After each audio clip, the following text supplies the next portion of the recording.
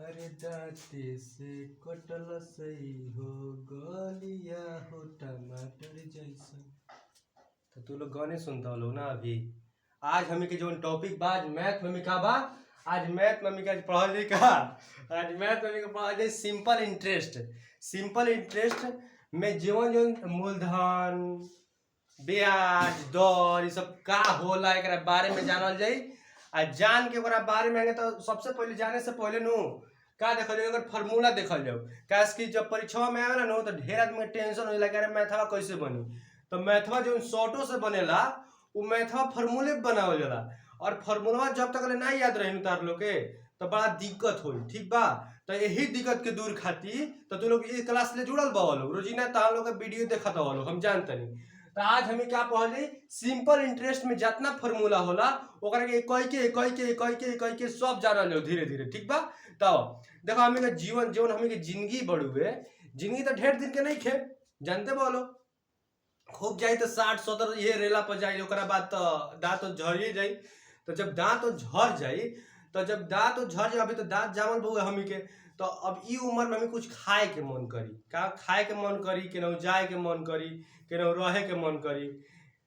तो ए उमरिया में जब हमें के रहे के खाए के मन करी घूमे के मन करी फूफा भी जाए के मन करी मौसा भी जाए के मन करी मामा भी जाए के मन करी भौजी भी जाए के मन करी भाई भी जाए के मन करी। तो ये सब जितना घूमम जामी के तो घूमम में तो पैसा कुछ लागे भी करी जो पैसा लागी तो हमी के अब मान चलो कि जब मान चले ढेर घूमे वाला बढ़ुए तो बताओ तो रोजीना तो मान चलो तो फिर पैसा कहाँ से तो वो केहू से उधार भी ले सकेला केहू के आपन धन हो तो आपन धन ले ली है।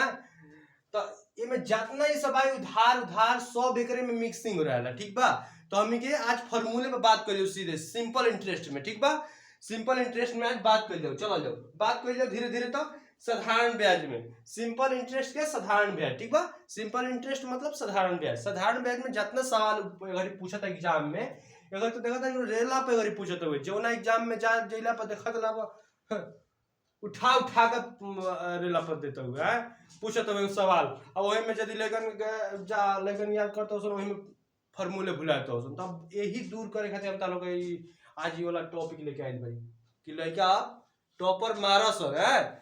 चलो जाओ देखा जाओ सब कोई रेडी हो जाए अपन गाड़ी लेके फॉर्च्यूनर पल्टीना उल्टीना सब टेम्पो उम्पी दू चकवा लेके सब कोई रेडी हो जाए भाई खातिर ना टॉपिक पावे खातिर। ठीक बा चलो टॉपिक पाओ जाओ पहला हमी के बा ब्याज।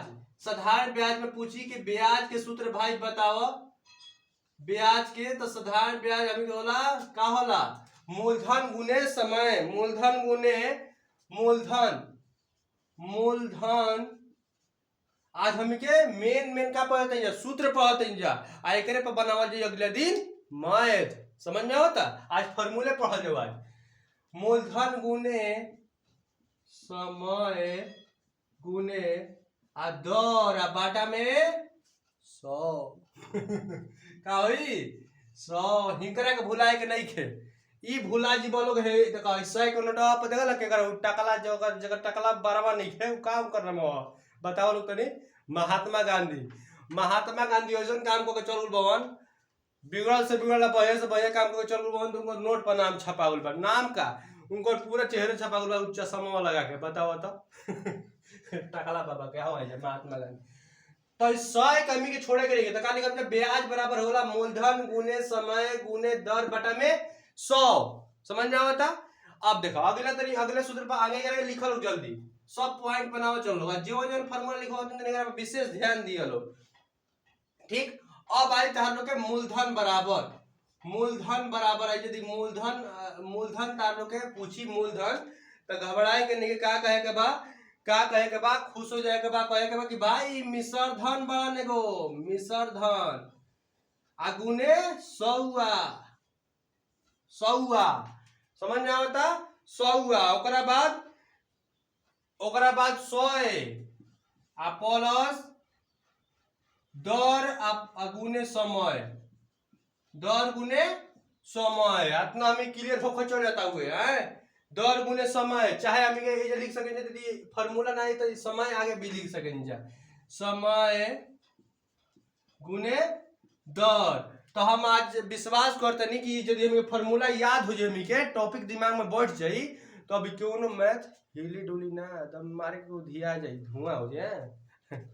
चलावा जाओ अगला देखा जाओ, अगला का फार्मूला ब्याज बराबर मूलधन गुने समय गुने दर पढ़ लेनी जा बाटा में 100 है, बाटवा भूले हो लोग मत बाटवे मेन बड़ुए। जैसे जैसे का कहल जाई, गाना गावल जाई ना, गाना ना अभी गावल जाई, आगे टॉपिक पढ़ ले ओकरा बाद गाना गावल जाई, ठीक बा। चलो सही हंसत रह जाओ, मुस्कुरात रह जाओ, एकदम पहत रह जाओ, ठीक बा। चलो जाओ अब अगला टॉपिक पाओ जाओ। अगला टॉपिक हमें का बढ़ुए, अगला टॉपिक बता लोग के मूलधन। फिर एगो मूलधन वाला सूत्र है, देखा लो मूलधन वाला सूत्र है। मूलधन में ढेर बा हो, मूलधन में ढेर बा, यदि मिश्रधन तालो को दे रही समय दर दे रही तब मूलधन ताक दे निकालेंगे। और देखो कि मूलधन निकाले खातिर और काय में मेंटेन बढ़ुए, तो हम कहल जाई ब्याज यदि दे रही, ब्याज यदि दे रही आ है गुनावा तो 100 लिखबे करम जा, आ समय गुने दरवा लिख दे हम जा, हो गई समय गुने दरवा लिख दे हम जा, समझ में आवता। ओकरे बाद यदि मिश्रधन कही, मिश्रधन अब देखा है जब मिश्रधन दे दे बड़ू आ फिर यदि कह दिलस कि भाई मिश्रधन तो हम देले बन तारे के, यदि मिश्रधन हमें मिश्रधन निकाल के बतावा तू, तो मिश्रधन बराबर घबराए के नहीं खे, का घबराए के नहीं खे, घबराए के नहीं खे ऐसे कि अब तहार लोग के मिश्रधनों के सूत्र तहार लोग फ्री हो गइल बा, का हो गइल बा मिश्रधनों के सूत्र हो गइल बा। अब मिश्रधन के सूत्र का भइल बा, तो मूलधन प्लस ब्याज भइल बा, का भइल बा मूलधन, अरे मूलधन का ओकरा बा मूलधन गुने ना हो, मूलधन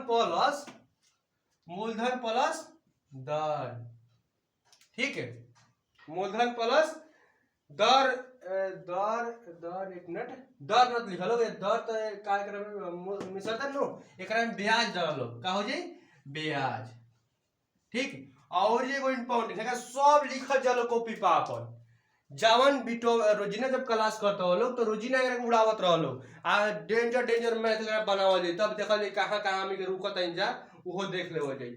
रुके के सब बातें नहीं है, ओकरा बाद ब्याज एगो आवेला। अब कही कि भाई तू फिर एगो ब्याज के सूत्र दे दी कि फिर एगो ब्याज के भाई निकाल, हमें के ब्याज अब निकालम जा मिश्रधन माइनस का कहले मिश्रधन माइनस मूलधन, का कहले मूलधन। अरे पियर फराक वाली कोच कोच मारतिया के पियर फराक वाली हंसाई गाना सुनत रह जाओ, पढ़त रह जाओ, ठीक बा। तब ब्याज कमी के सूत्र आई तो हमें कहल जाई कि यदि ब्याज निकाले तो देखो ब्याज में हमके ऊपर एगो बा एगो नीचे बा, तो ब्याज में मिश्रधन माइनस मूलधन कह दो, ठीक बा। और एगो देखल जाओ, और एगो ऊपर से आ जाओ, ब्याज बराबर मूलधन गुने समय गुने दर बाटा में 100 कह देनी जा, मूलधन बराबर कह देनी जा, मूलधन बराबर हो जाई ब्याज गुने ना मूलधन बराबर मिश्रधन गुने 100 लिख ले बन जाई दे। ओकरा बाद बाटा में 100 प्लस समय गुने दर लिख देनी जा। अब अगला बार फिर मूलधन के सूत्र तालो के दी, मूलधन बराबर पूछी तो मूलधन बराबर हमें कुछ ना काम जा, मूलधन बराबर ब्याज गुने 100 लिख ले बन जा, ब्याज गुने 100 लिख बन जा, बाटा में समय गुने दर लिख दे बन जा। ओकरा बाद फिर मिश्रधन बराबर पूछी तो मिश्रधन बराबर पूछी तो कुछ नहीं कहेगा, मूलधन यदि सवाल में दिले होके आ ब्याज दिले होके तो आराम से उड़ा के निकाल जाई, मिश्रधन निकाल जाए, ठीक बा मिश्रधन निकाल जाए। फिर यदि सवाल में मिश्रधन दिले होके मूलधन दिले होके कहे कि भाई ब्याज निकालो तो आराम से हमें के निकाल देवल जाई, निकाल देवल जी नु बोला लो निकाल देवल नु। और फिर अब पूछी लास्ट में कहे कि भाई ये बार बार परेशान कर रहता है, का परेशान कर डरवा या के परेशान, तो भाई को डरवा निकालो, डरवा ना डर निकाल, ठीक है।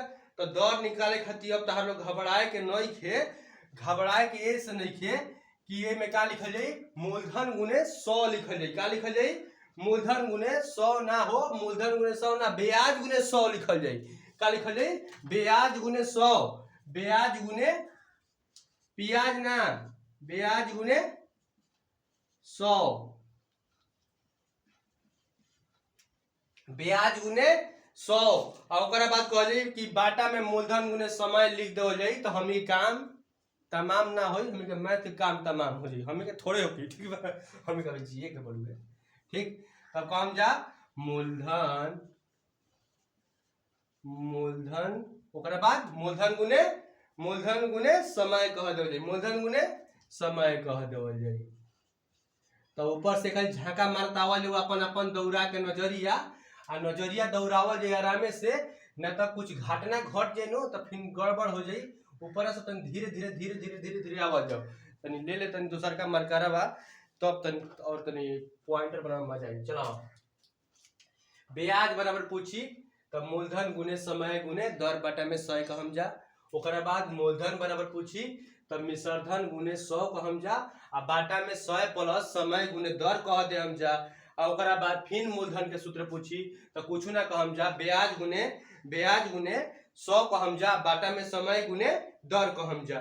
फिर यदि पूछ दी कि मिश्रधन बराबर का होला तो कहली मूलधन प्लस ब्याज होला, मूलधन प्लस ब्याज होला ब्याज होला, ब्याज ना ब्याज होला। ओकरा बाद फिर ब्याज बराबर पूछी तो कहली कि मिश्रधन यदि दे रहे सवाल में माइनस मूलधन मिल जाई हमी के तो हो जाई हमी का ब्याज निकल जाई। और लास्ट में कहता दरो भाई बता दो हमरा के, तो दर बराबर बतावल जाई, दर बराबर ब्याज गुने 100 बटा में मूलधन गुने समय। तो हम एक बते कही ना कि मंजिल तो हमी के मिलिए जाई, मंजिल तो हमी के मिलिए जाई एक दिन न एक दिन। मंजिल ओकरे ना मिली जे अभी घर से निकलल नहीं के पढ़े खातिर लिखे खातिर, तो सही हंसत रह लोग, मुस्कुरात रह लोग।